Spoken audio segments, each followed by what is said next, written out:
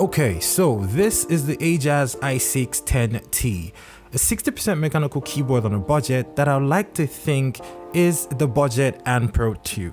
Now, hear me out. This keyboard is 60% form factor, so perfect for gamers, and it also has Bluetooth, so you can use it wired or in wireless mode, and it's backlit. No, it's not RGB, but backlit should be good enough at a price point like this. You also get things like NKRO rollover, function layers for your arrow keys and your page up, page down print screen and stuff like that. And the keyboard actually also comes in 4 options for Ajazz proprietary switches, which are the black, blue, red, and the brown switches. But before I get ahead of myself, let's talk about the unboxing experience a little bit. It comes in a really compact, nice looking box that gives you the information about the keyboard pretty much on the box itself.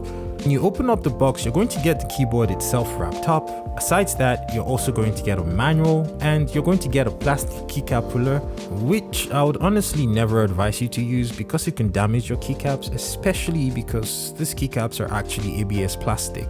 Besides that though, you're also going to get a USB Type-C cable in the box, and while it's not a braided cable, it does feel like a solid cable, not something that's going to get very easily damaged and will last you a very long time. So moving on straight into the physical bits of the keyboard itself, trying to flex this keyboard was actually really hard. It comes solidly built even though it's plastic.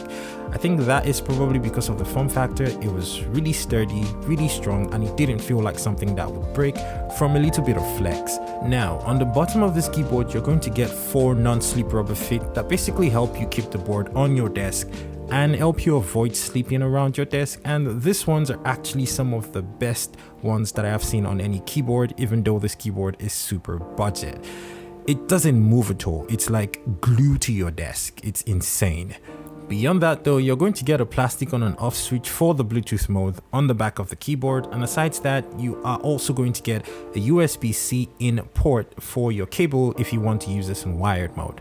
One thing that I noticed about this USB port though is it's not angled off to the left or the right side, neither is it perfectly centered in the middle. It's just a little bit off the center to the right, and that just messes with my OCD a little bit. I'm not sure why they chose to put it in such an awkward place, but that is what they did. Moving on to the actual keycaps and switches on this, the keycaps are ABS plastic and they do have some pass-through for the backlighting. Now, ABS plastic are not going to be the best quality keycaps that you can get, but you know, for the price, you can understand why these are ABS plastic keycaps, and of course, you can always change your keycaps if you want later on after you get the keyboard.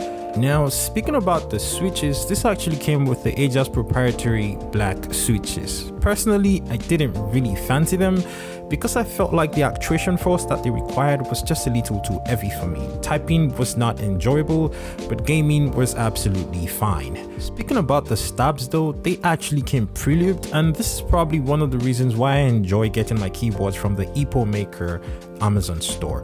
Basically, they almost always lube my stabs for me, and it just makes typing on this sound fantastic regardless of what switches you actually pick up. Plus, it saves you the time of actually needing to do this yourself, so win-win situation for the customer.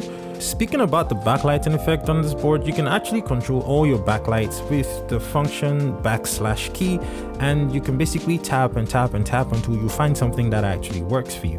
You can also dim or increase the brightness of the backlighting, and one other thing that I really like about this keyboard is that the moment that you push the function key down, the number of keys on the board that actually have a second layer, function layer, functions basically light up. So when I push down the function key, I can see that, okay, this is where my page up is, this is where my insert is, this is where my home key is, and this is where my end key is. Basically, every key on the board that's married to a function layer lights up, and you can very easily know what to press and what not to bother touching, if that makes sense. Now, this is the part where you really probably wanted me to speak about this keyboard, the Bluetooth functionality of the board.